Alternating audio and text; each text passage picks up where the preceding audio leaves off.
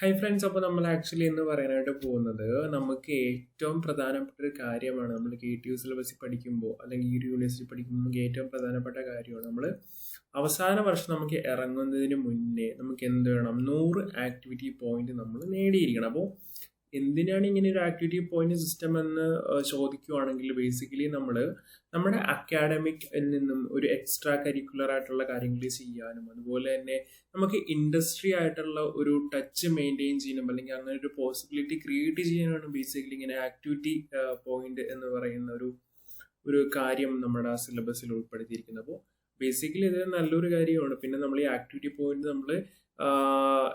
നമ്മൾ ആക്ച്വലി നേടുമ്പോൾ കുറച്ചധികം കാര്യങ്ങൾ ശ്രദ്ധിക്കാനായിട്ടുണ്ട്. കാര്യം കുറേയധികം കോഴ്സസും കുറേയധികം ആക്ടിവിറ്റീസ് ഒക്കെ ചെയ്യുന്നത് അതിൻ്റെ അടിസ്ഥാനത്തിലായിരിക്കും നമുക്ക് ആക്ടിവിറ്റി പോയിന്റ് കിട്ടുക. അപ്പോൾ അതും KTU പറഞ്ഞിരിക്കുന്ന തലത്തിലുള്ള അല്ലെങ്കിൽ ആ ഒരു ഭാഗത്തുള്ള ആക്ടിവിറ്റീസിന് മാത്രമേ നമുക്ക് ആക്ടിവിറ്റി പോയിന്റ് അലൗട്ട് ചെയ്യത്തുള്ളൂ. ഇപ്പോൾ എക്സാമ്പിൾ പറയുകയാണെങ്കിൽ നമുക്ക് കോഴ്സസ് ചെയ്യുവാണെങ്കിൽ ബേസിക്കലി നമുക്ക് ആക്ടിവിറ്റി പോയിന്റ് കിട്ടും. ബട്ട് അത് എല്ലാ കോഴ്സിനെയും നമുക്ക് കിട്ടില്ല.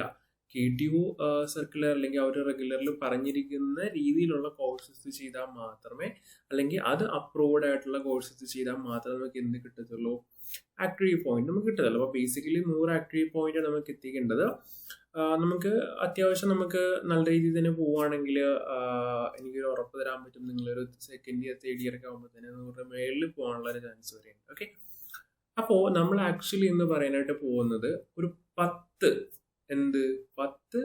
വേസ് ആണ്, അല്ലെങ്കിൽ 10 രീതിയിലൂടെ നമുക്ക് എങ്ങനെ activity point as per the KTU regularity വെച്ചിട്ട് നമുക്ക് എങ്ങനെ നേടാം എന്നാണ് നമ്മൾ ഇന്നത്തെ വീഡിയോയിൽ നമ്മൾ ഡിസ്കസ് ചെയ്യാനായിട്ട് പോകുന്നത്. അപ്പോൾ ബേസിക്കലി നമ്മൾ ആദ്യത്തെ നോക്കുകയാണെങ്കിൽ, അല്ലെങ്കിൽ എങ്ങനെയാണ് ആദ്യം തന്നെ നമുക്കൊരു ആക്ടിവിറ്റി പോയിന്റ് എങ്ങനെ നേടാമെന്ന് ചോദിക്കുകയാണെങ്കിൽ, ഒന്നാമത്തെ ഒരു വഴിയാണ് ഓൺട്രപ്രണർഷിപ്പ് ആൻഡ് ഇന്നോവേഷൻ. അപ്പോൾ ഇത് ബേസിക്കലി താല്പര്യമുള്ളവർ ചെയ്യുന്ന കാര്യമാണ്. ഇപ്പോൾ ചില കുട്ടികൾക്ക് ഓൺട്രപ്രണർഷിപ്പ് മൈൻഡ് സെറ്റ് ഉണ്ടെങ്കിൽ അവർക്ക് ഉറപ്പായിട്ടും അവർക്ക് ആ ഒരു മേഖലയിൽ നിന്ന് ആക്ടിവിറ്റി പോയിന്റ് നേടാം. ഒരിക്കലും ആക്ടിവിറ്റി പോയിന്റിന് വേണ്ടിയിട്ട് നമ്മൾ ഈ ഓൺട്രപ്രണർഷിപ്പ് അല്ലെങ്കിൽ ഇന്നോവേഷനിൽ ചെല്ലരുത് എന്നാണ് എൻ്റെ പേഴ്സണൽ അഭിപ്രായം. കാര്യം ഓൺട്രപ്രണർഷിപ്പ് എന്ന് പറയുന്നത് ലൈക്ക് നമ്മളൊരു ഒരു കമ്മിറ്റ്മെന്റ് ആണ്. നമ്മൾ ഒരു കമ്പനി സ്റ്റാർട്ട് ചെയ്യുക അല്ലെങ്കിൽ ഒരു സ്റ്റാർട്ടപ്പ് രജിസ്റ്റർ ചെയ്യുക എന്ന് പറയുന്നത് ബേസിക്കലി ആ ഒരു സ്റ്റാർട്ടപ്പിനെ രജിസ്റ്റർ ചെയ്ത് അതിനൊരു ബിസിനസ് മോഡലാക്കി കൊണ്ടുപോകുക എന്ന് പറയുന്ന ഒരു വലിയൊരു പ്രോസസ്സിന്റെ ഭാഗമാണ്. അതുകൊണ്ട് തന്നെയാണ് ആ ഒരു ഒറ്റ കാര്യത്തിൽ തന്നെ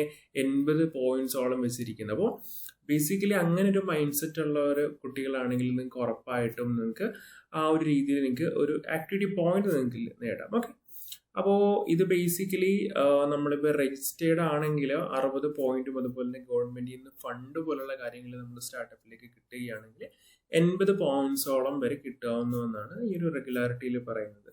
അടുത്ത ഒരു കാര്യമാണ് ആക്ച്വലി NCC അല്ലെങ്കിൽ NSS എന്ന് പറയുന്നത്. NCC അല്ലെങ്കിൽ NSS എന്ന് പറയുമ്പോൾ ബേസിക്കലി 60 ആക്ടിവിറ്റി പോയിന്റുകളാണ് ആക്ച്വലി ആ ഒരു സിംഗിൾ കാര്യത്തിൽ നമുക്ക് ലഭ്യമാവുന്നത്. ഓക്കെ, ആൻഡ് അടുത്ത മൂന്നാമത്തെ ഒരു രീതിയാണ് ബേസിക്കലി സ്പോർട്സിൽ പങ്കെടുക്കുക എന്ന് പറയുന്നത്, അല്ലെ.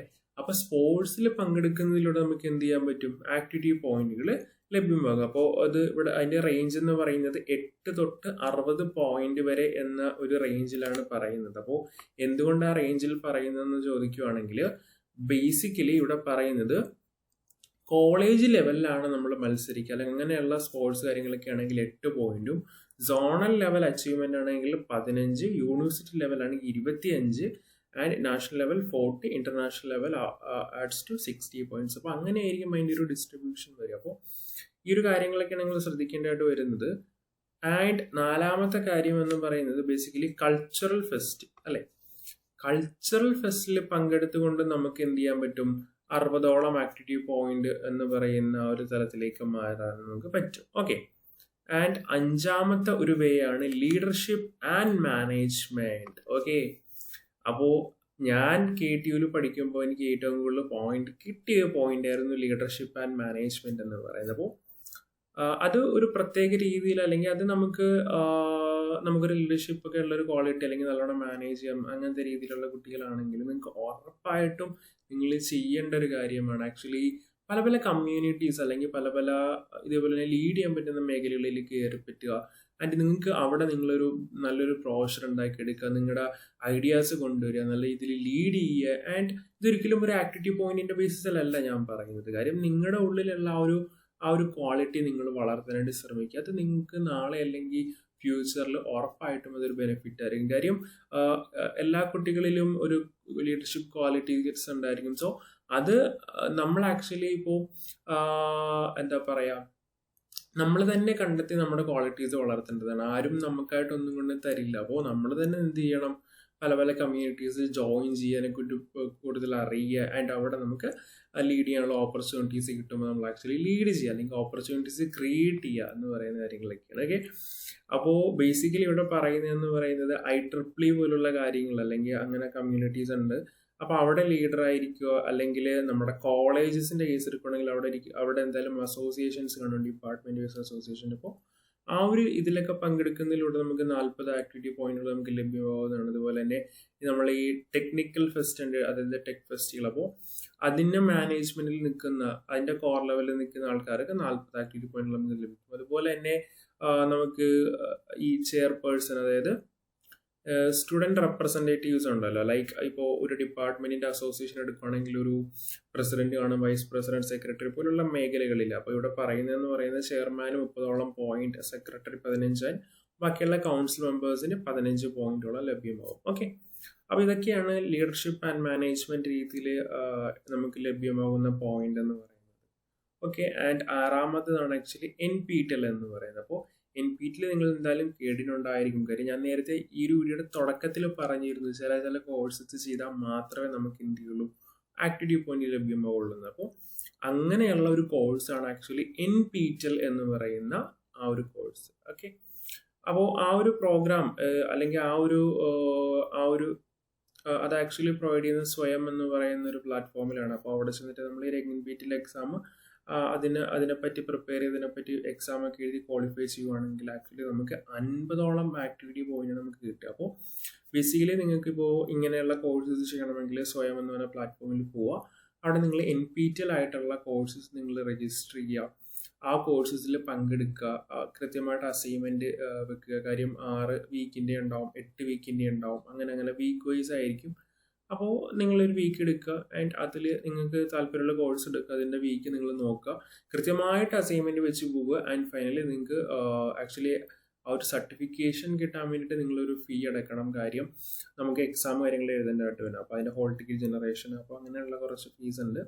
സോ അത് എഴുതി നിങ്ങൾ ആക്ച്വലി എക്സാം പാസ്സായി സർട്ടിഫിക്കറ്റ് കിട്ടുവാണെങ്കിൽ നിങ്ങൾക്ക് 50ഓളം ആക്ടിവിറ്റി പോയിന്റ് ആയിരിക്കും ലഭ്യമാകുന്നത്. ഓക്കെ, ആൻഡ് ഏഴാമത്തെ കാര്യം എന്ന് പറയുന്നത് വർക്ക്ഷോപ്പ് ഓർ പേപ്പർ പ്രസന്റേഷൻ ആണ്. അതിനും 40 വരെ നമുക്ക് ലഭ്യമാണ്. അതായത് ഇവിടെ പറയുന്നത് വെച്ചിട്ട് IIT അല്ലെങ്കിൽ NIT പോലുള്ള വർക്ക്ഷോപ്പുകളിൽ പങ്കെടുക്കാൻ നേരത്തെ ബേസിക്കലി 20 പോയിന്റ് ആണ് ആക്ച്വലി ഒരു വർക്ക്ഷോപ്പിൽ കിട്ടുക. ആൻഡ് 2 ആകുമ്പോഴത്തേക്ക് നമുക്ക് അപ് ടു 40ഓളം ആക്ടിവിറ്റി പോയിന്റ് നമുക്ക് ലഭ്യമാകും. അതുപോലെ തന്നെ പേപ്പർ പ്രസന്റേഷൻ ആണെങ്കിൽ 30 നമുക്ക് കിട്ടുക.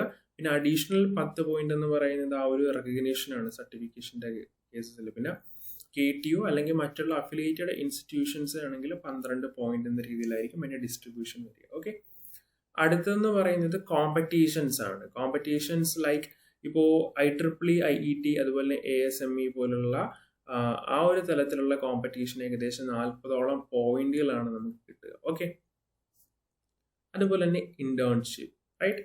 അപ്പോൾ ഈ ഇന്റേൺഷിപ്പ് എന്ന് പറയുമ്പോൾ ബേസിക്കലി ഒരു 5 ഡേ കവർ ചെയ്യുന്ന ഒരു ഇന്റേൺഷിപ്പ് ആണെങ്കിൽ ഏകദേശം 20ഓളം പോയിന്റ് ആയിരിക്കും നമുക്ക് കിട്ടുക. അതുപോലെ തന്നെ ഈ ഇന്റേൺഷിപ്പിനെ പറ്റിയിട്ട് നമ്മൾ ആക്ച്വലി ഡീറ്റെയിൽ ആയിട്ടൊരു വീഡിയോ ചെയ്യേണ്ടതായിട്ടുണ്ട്. കാര്യം ഇപ്പം എൻ്റെ ഒരു പേഴ്സണൽ എക്സ്പീരിയൻസിൽ നിന്ന് നിങ്ങൾ ഗൂഗിൾ ചെയ്താൽ നിങ്ങൾക്ക് മനസ്സിലാവും. ഇന്റേൺഷിപ്പ് എന്ന് പറയുന്നത് ഒരിക്കലും ഒരു കോഴ്സ് പഠിക്കുക എന്നുള്ള കാര്യമല്ല.